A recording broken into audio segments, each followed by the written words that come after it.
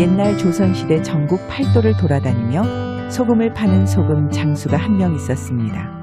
이 소금 장수는 나이 30이 조금 넘은 송노란 이름의 노총각이었는데 그는 어려서부터 남의 집 허드렛 일이나 날품팔이를 하며 생계를 이어오다 어디에도 얽매이지 않고 전국을 돌아다니며 장사를 하는 소금 장수가 딱 자기 성정에 들어맞아 일정한 거처 없이 온 고을을 돌아다니며 10여 년에 가까운 세월을 소금 장수 생활을 하고 있었습니다. 송노는 타고난 성품이 느긋한 데다 넉살까지 좋아가는 곳마다 수완을 발휘해서 소금을 남기지 않고 팔았는데 송노는 많은 이문을 남길 수 있음에도 욕심을 부리지 않고 어려워 보이는 이들에게는 늘 넉넉히 소금을 담아 팔았습니다. 어유 총각이 인심도 좋으셔? 지난번에 왔던 소금 장수는 얼마나 짠지 소금 한 톨까지 재서 주더니 이 총각은 아주 인심이 흘러넘치네? 드릴 수 있을 때 듬뿍 드려야지요. 소금이야 넉넉히 있으니 가져가셔서 맛있는 김치도 담그시고 식구들 반찬에도 아끼지 말고 팍팍 넣으셔요. 총각 다 팔았으면 우리 집에 가서 밥이나 한 끼 먹고 가요. 이렇게 인심 좋은 총각을 만났는데 그냥 보내서야 쓰나. 내 밥 한 상 내올 테니 우리 집에 갑시다. 좋지요. 기왕이면 탁주도 한 동이 내주시면 더 감사히 먹지요. 아이고 그걸 말이라고 일단 가자고요. 탁주든 밥이든 오늘 넉넉히 내드릴 테니까. 송노가 인정을 담아 소금을 파는 덕에 그가 어느 고을을 가던 늘 환대를 받았으며 메고 간 소금까지도 남기지 않고 거의 다 팔았지만 워낙 사람들에게 많이 퍼준 탓에 정작 그에게 돌아오는 이문은 얼마 되지 않았습니다. 그런 송노를 보며 소금 상인들은 안타깝다는 듯 혀를 차며 면박을 주고는 했습니다. 이봐, 송로 자고로 상인이라면 어떻게든 이문을 남길 생각을 해야지. 그렇게 막 퍼줘서야 자네는 뭘 먹고 살려는 거야? 제가 조금 덜 먹고 덜 쓰면 되지요. 야박하게 소금을 재서주면 제 마음이 영 불편해서 안 되겠더라고요. 아니, 그런 마음으로 무슨 장사를 하겠다는 거야? 자네도 나이를 먹어가는데 이제는 집도 없고 어디 참한 처자랑 살림도 차려야 할 것 아닌가? 언제까지 떠돌아다니며 차니스를 맞고 생활할 셈이야? 정신을 좀 차리라고. 아이고 제 처지의 살림을 차린다니 그게 어디 가당키나 한가요? 저는 그냥 이대로 여기저기 다니며 사람들한테 넉넉히 소금을 파는 게 제일 만족스럽네요. 송노의 느긋한 넉살에 소금 상인도 더는 뭐라 말 못하고 그저 혀를 끌끌 찰 뿐이었습니다. 허나 그렇게 말한 송노도 마음 한켠이 시려울 때도 있었으니 남의 집 잔치에 소금을 팔러 갔을 때 이제 막 혼례식을 올리는 신랑과 신부를 볼 때면 그들이 부러워 자신의 처지가 답답할 때도 있었습니다. 그러던 어느 더운 여름날 송노가 길을 가다 목이 말라 개울가에 이르렀는데 한 처자가 물을 걷다 그를 보고는 눈을 동그랗게 뜨고 놀라는 표정을 짓는 것이었습니다. 왜 그러시오? 내 얼굴에 뭐라도 묻었어. 서방님. 뭐라고요? 처녀가 하는 말에 송노가 어안이 벙벙해 있자 그녀가 그에게 가까이 오더니 그의 손을 잡으려 하며 말했습니다. 서방님 왜 이제야 오셨어요? 얼마나 기다렸다고요? 그녀가 송노에게 서방님이라 말하며 다짜고짜 그의 품에 안겨오려 하자 송노가 놀라며 그녀를 밀어냈습니다. 이보시오, 사람을 잘못 본 것 같은데 나는 되게 서방이 아니오. 내가 보기에는 좀 돼 보여도 이래봬도 수총각이오. 사람 잘못 보았소. 송노가 기겁하며 그녀를 떼어내려 했지만 처녀가 그의 품에 찰싹 달라붙어 아무리 해도 떨어지려 들지 않았습니다. 처자 일단 이 손 좀 놓고 말하시오. 나는 되게 서방이 아니니 진정하고 날 자세히 한번 보라고요. 싫어요. 서방님 2번 다시 안 떨어질 거예요. 또 놔줬다간 절 두고 떠나시려는 거잖아요. 서방님이 어딜 가시든 이번에는 꼭 붙어서 안 떨어질 거예요. 그러니 제발 절 두고 떠나지 마셔요. 이보시오, 처자 난 댁에 서방이 아니라니까 자꾸 왜 이러시오? 두 사람이 희한하게 얽혀서 한참을 옥신각신하다. 송노가 먼저 지쳐 처녀에게 부드럽게 말하며 달랬습니다. 알겠소. 내 절대 처자 곁에서 안 떨어질 테니 당신 집은 어디에 있어? 일단 집으로 가십시다. 정말이지요? 이제는 정말로 저를 안 떠날 것이지요. 물론이요. 당신 곁에 딱 붙어 있을 테니 걱정 말고 앞장서시오. 좋아요. 부모님도 서방님이 돌아오시기만을 손꼽아 기다리고 있어요. 우리 어서 집으로 돌아가요. 그렇게 젊은 처자에게 붙들려 송노는 그녀의 집으로 향하게 되었고 마침 그녀의 부모님이 밭일을 하러 나가 집 안에는 그녀와 송노 단 둘뿐이어서 기분이 뭔가 이상했습니다.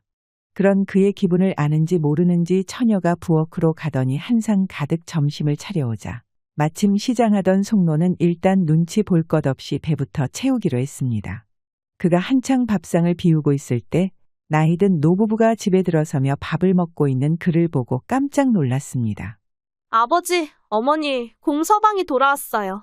처녀가 노부부에게 다가가서 송노를 자신의 서방이라고 말하자 허겁지겁 밥을 먹고 있던 송노는 밥 숟가락을 내려놓고 안절부절 못하며 어정쩡하게 서 있었습니다. 그런 송노와 자신의 딸을 번갈아가며 쳐다보던 노인이 딸에게 심부름 하나를 시켜 밖으로 내보내려고 자신의 딸에게 말하였습니다. 얘야 정씨 아줌마네 가서 아비가 아침에 맡겨놓은 짐 좀 찾아오너라. 짐이요, 알겠어요. 대신 서방님이 어디 못 가게 단단히 지켜주셔야 돼요. 알겠다. 내 서방이 어디 못 가게 할 테니 어서 다녀오거라. 네. 그녀가 아버지의 심부름을 간 사이 노인이 송노를 물끄러미 보더니 한숨을 내쉬며 말하였습니다. 뉘신지 모르지만 우리 딸 아이 때문에 고생하셨구려. 우리 때문에 식사도 제대로 못하셨을 텐데 드시던 것마저 드시오. 노인이 전후 사정도 묻지 않고 송노에게 따뜻하게 말하자 그가 더욱 불편해 안절부절 못하다. 어떻게 처녀를 만나 여기까지 오게 되었는지 그간의 일들을 이야기해 주었습니다. 그래도 우리 딸 아이가 오늘은 좋은 분을 만났구려. 말하기 부끄럽지만 이런 일이 처음은 아니라서 아까 보셔서 아시겠지만 우리 딸이 남들과는 많이 다르다오. 노인의 딸은 어려서 돌림병에 걸려 생사가 오가는 지경에 이르렀지만 집안 형편이 너무 가난해 제대로 된 약 한 번 쓰지 못하다 간신히 목숨만 건지고 모든 게 다른 아이들보다 뒤떨어지는 아이가 돼버렸습니다. 그래 어떻게 건너 마을에 성실한 총각이랑 짝 지어줬는데 우리 사위가 장사 때문에 자주 집을 비운다오. 그때 저 아이가 지나가는 젊은 사내만 보면 지 서방인 줄 알고 매달리고 난리를 치니 큰일을 겪을 뻔한 적도 여러 번 있었다오. 다행히 오늘은 마음씨 좋은 분을 만나 이렇게 조용히 넘어갔구려.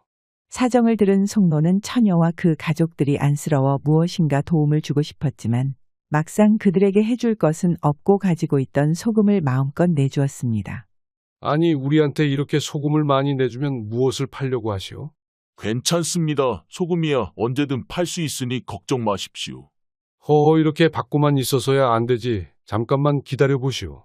내 한 가지 드릴 게 있으니. 노인이 송노를 기다리게 한 후 뒤뜰로 가더니 잠시 뒤 나귀 한 마리를 끌고 왔습니다. 소금찜을 메고 다니려면 보통 힘들지 않을 텐데 이 나귀를 가져다 쓰시구려. 나이는 좀 들었어도 아직 기운이 쌩쌩해서 소금찜 두세 개 정도는 거뜬히 싣고 다닐게요. 아이고 이런 감 나가는 나귀를 그냥 주시면 어르신은 어찌하시려고요. 걱정 마시오. 이제 나이가 먹어서 농사일도 우리 식구 먹고 살 만큼만 하니 전 녀석을 쓸 일이 없소이다. 우리 집에 있어봐야 밥만 축 내느니 데리고 가서 요긴하게 쓰시오. 이래도 될런지 모르겠네요. 망설이는 송노에게 노인이 한사코 나귀를 건네자 송노도 더는 마다하지 못하고 소금찜을 나귀 등에 싣고 처녀의 집을 떠났습니다. 송노는 마지못해 나귀를 받긴 했지만 막상 자신이 메고 다니는 소금찜을 나귀 등에 싣고 다니자 이보다 더 편할 수가 없었습니다. 10년이 넘는 세월을 소금찜을 메고 다녀 어깨에 굳은 살이 박히고 늘 허리와 무릎이 쑤셨는데 노인이 준 나귀 덕에 힘들이지 않고 편안히 장사기를 나설 수 있었습니다. 며칠이 지난 후 송노가 어느 마을에서 장사를 마치고 난 이후 지친 몸을 이끌고 주막을 찾아다니고 있었습니다. 허나 밤이 깊어질 때까지 아무리 돌아다녀도 주막은커녕 주막 그림자조차 찾기 힘들자 지친 송노가 어느 기와 집 담벼락 밑에 쭈그려 앉아 잠시 쉬어가게 됐습니다. 송노가 담벼락 밑에서 한숨 돌리고 있을 때 갑자기 담벼락 너머에서 누군가 그에게 속삭이듯이 말하는 목소리가 들려왔습니다. 아니 뭐하다 이렇게 늦은 거예요. 갑자기 들려오는 목소리에 송노가 놀라 주변을 둘러보다 누군가 안간힘을 쓰며 담을 오르려는 모습을 보았습니다. 아이고 진이 다 빠지겠네. 기다리다 목 빠지겠는데 왜 이리 늦은 거냐고요. 그가 가만히 쳐다보니 웬 젊은 여인이 고개를 담벼락에 내밀고 끙끙거리며 그에게 소리쳤습니다. 그야 찾다 못 찾아서 이리 쉬고 있는 것 아니요. 아니 한두 번 다닌 길도 아닌데 뭘 새삼스레 못 찾는다는 거예요. 아이고 힘들다. 일단 짐이라도 좀 받아요. 던질 테니 깨지지 않게 잘 받아요. 여인이 하는 소리에 송노는 뭔 영문인지 어안이 벙벙했지만 일단 무슨 일인지 여인이 시키는 대로 따르기로 했습니다. 잠시 뒤 여인이 짐을 담 너머로 집어던지자 송노가 잘 받아주었고 조금 있자 그녀가 용을 쓰며 담 위로 올라왔습니다. 멀뚱히 서 있지만 말고 나 좀 받아줘요. 아니, 오늘따라 왜 이렇게 어리버리하셔? 밥 한 숟가락도 못 먹은 사람처럼. 어찌하셨소? 점심부터 굶었더니 숟가락들 힘도 없어. 송노가 여인을 받쳐서 내려서자 그녀가 다그치듯 말하였습니다. 조금만 기다려요. 내가 내일부터는 당신한테 사내 진미를 해줄 테니. 그건 그렇고 기껏 구해온 게 말라빠진 낙이에요. 이래서 어디 짐이나 제대로 싣겠어요? 허일해 보여도 이놈이 힘이 보통이 아니오. 소금 5찜도 걷더니 싣고 다니는데 실하기가 말보다 훨씬 낫다오. 실한 건 자기 주인이랑 똑 닮았네요. 여인이 콧소리를 내며 송노에게 아양 떨듯이 말하자 송노는 굳이 마다하지 않고 여인의 애교를 받아주었습니다. 갈 길이 멀어 걷지는 못하겠어요. 요 나귀 등에 올라타고 가야겠어요. 당신도 같이 타고 가요. 짐이 많아 이 녀석이 버티려나 모르겠는데 어디 한번 타봅시다. 그렇게 두 사람이 나귀 등에 올라타 마을을 벗어날 때쯤 밤이 깊은 데다 구름까지 달빛을 가려 눈앞에 있는 여인의 얼굴도 제대로 보이지 않을 정도로 어두웠습니다. 근데 오늘따라 등이 더 듬직해진 것 같아요. 어찌 이전보다 살도 더 찐 것 같고. 그녀가 손으로 송노의 몸을 더듬으며 장난치듯 말하자 그도 간지럼을 참으며 대답하였습니다. 이 몸이 타고나길 이런 걸 어찌하겠어? 그보다 너무 더듬지 마시오. 이러다 떨어지면 어쩌려고 그러. 어쩌긴요, 떨어지면 당신을 꼭 붙잡으면 되지요. 여인의 간드러지는 목소리에 송노는 정신을 차리기 힘들었는데 어느 순간 구름에 가려졌던 달이 떠오르며 달빛이 사방에 비추자 송노에게 장난을 치던 여인이 그의 얼굴을 보게 되었습니다. 어머나, 누구세요? 절 어디로 데려가시는 거예요? 갑자기 왜 이러시오? 내가 뭘 어쨌다고 그러시는 거요? 누구신데 절 데리고 가는 거예요? 날 좀 놓아주세요. 여인이 송노의 얼굴을 확인하고 놀라서 몸부림치다 나귀 등에서 떨어져 버렸고 아프다며 온갖 엄살을 부리고 소란을 피웠습니다. 괜찮소. 괜찮긴요. 지금 괜찮아 보여요. 아이고, 온몸이 다 쑤시네. 그건 그렇고 댁은 누구세요? 누구신데 날 어디로 데려가려고 하는 거예요? 내가 당신을 어디로 데려가려고 했다는 거요? 난 그저 담벼락 밑에서 쉬다 되게 말만 따랐을 뿐인데. 그건 그렇고 어딘가 아직 익은데 당신 혹시 소금 장수 아니에요? 맞소, 내가 소금 장수 맞는데 그런 당신은 도대체 누구요? 알고 보니 여인은 이 마을의 부잣집에 시집을 온 새 신부였는데 혼례를 올린 지 얼마 되지 않아 남편이 병에 걸려 세상을 떠나게 되었고 그 이후로 과부가 돼 몇 년을 집안에 갇힌 채로 독수공방하다 집안에서 일하던 젊은 머슴과 눈이 맞아 야반도주를 감행하기로 한 것이었습니다. 그런데 약속 시간에 오기로 한 이는 오지 않고 마침 그 시간에 송노가 약속 장소에 나타나 쉬고 있으니 여인이 그를 보고 착각한 것이었습니다. 여인의 사정을 듣고 있을 때 누군가 두 사람 곁으로 헐레벌떡 달려왔습니다. 이보시오, 어딜 가시는 게요? 가까이 다가온 이를 보니 그가 여인이 기다리고 있던 젊은 머슴이었습니다. 아니, 왜 이제야 왔어요? 그게 일이 좀 있어서. 그런데 이분은 누구고 어딜 가려는 거요? 한참을 찾아 헤매지 않았소? 그게 어찌된 일이냐 하면 여인이 머뭇거리다가 자초지종을 말하였고 두 사람은 아무도 모르게 도망치려 한 계획이 송노에게 발각되어 난감하기 그지없었습니다. 저 부탁이 있습니다. 누굴 만나셔도 오늘 저희를 봤다는 것을 비밀로 해주셨으면 합니다. 네, 제발 부탁드릴게요. 두 사람이 송노를 보며 사정하자 그가 그들을 보며 안심하라는 듯 말하였습니다. 걱정하지 마시오. 오늘 일은 그 누구한테도 말하지 않을 테니. 감사합니다. 정말로 감사합니다. 두 사람이 진심으로 송노에게 감사하다며 인사하다 여인이 가져왔던 보따리 중 하나를 그에게 내밀었습니다. 이것이 무엇이오? 감사의 표시로 드리는 것이니 사양하지 마시고 받아주세요. 뭘 또 이런 걸? 송노가 마지못해 여인이 준 보따리를 받아들자 두 사람이 그에게 인사하고 어두운 산길을 따라 멀어져 갔습니다. 그들의 뒷모습을 보던 송노가 갑자기 착잡한 기분이 들어 넋두리 하듯 중얼거렸습니다. 어딜 가나 다 제 짝이 있구나. 나만 외로운 기러기 신세일세. 더 늦기 전에 잘 곳이나 찾으러 가자. 쓸쓸하게 마을로 향한 그는 그날 밤 어느 부부의 집에서 묵게 되었고 다음 날 해가 뜨자 출발하기 전 여인이 주었던 보따리를 풀어보았습니다. 이게 뭐야? 보따리 안에는 새 신랑이 입는 사모 관대가 들어 있었으며 돈꾸러미 또한 같이 들어 있었는데 그 금액이 상당히 많았습니다. 에라 모르겠다. 장가도 못 가는데 새 신랑 옷이나 한번 입어보자.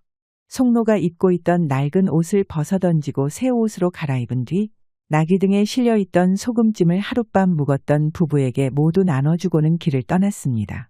새 신랑처럼 차려입은 그가 나귀를 타고 가는 모습을 보고 지나다니는 사람들이 수군거렸지만 송노는 개의치 않고 모처럼 가벼운 기분으로 나귀가 이끄는 대로 길을 떠나갔습니다. 마침 주머니에 어젯밤 여인이 준 재물도 두둑히 있어 한동안 일을 하지 않아도 돈 걱정까지 할 필요가 없어 그의 마음은 어느 때보다 더욱 가볍고 날아갈 듯했습니다. 그렇게 한참 길을 가다 보니 어느 마을 입구에 여러 명의 사람들이 모여 있다. 송노가 오는 모습을 보고는 저희들끼리 소리치며 달려왔습니다. 저기 온다. 어디? 저기 보라고 나귀 등에 타고 있는 게 새 신랑이잖아. 진짜네. 송노가 그들에게 가까이 다가가자 사람들이 그를 둘러싸고 환영해 주더니 나귀를 잡아 끌며 어디론가 데리고 가기 시작했습니다. 저기요, 저를 어디로 데려가시는 거예요? 아니, 새 신랑을 데리고 어디로 가겠소세? 신부 곁으로 가야지.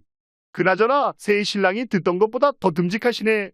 듣기로는 책만 읽는 새님이라고 들었는데 아주 장군인 줄 알았구먼. 송노가 어리벙벙한 심정으로 그들이 이끄는 대로 따라가자 어느 고래등 같은 기와 집으로 향하게 되었습니다. 그가 오는 모습을 보고 한 무리의 사람들이 나와 환영해 주었는데 안을 보니 다름 아닌 혼례 준비로 한창인 잔칫집이었습니다. 저기요, 잠깐만요. 저는 사실 새 신랑이 아니라 새 신랑 옷만 입은 소금 장수라고요. 뒤늦게 사실을 깨달은 송노가 자신을 끌고 온 사람에게 말해보았지만 주변이 너무나 소란스러워 누구도 제대로 듣지 못하고 곧 그를 혼례식장 안으로 끌고 갔습니다.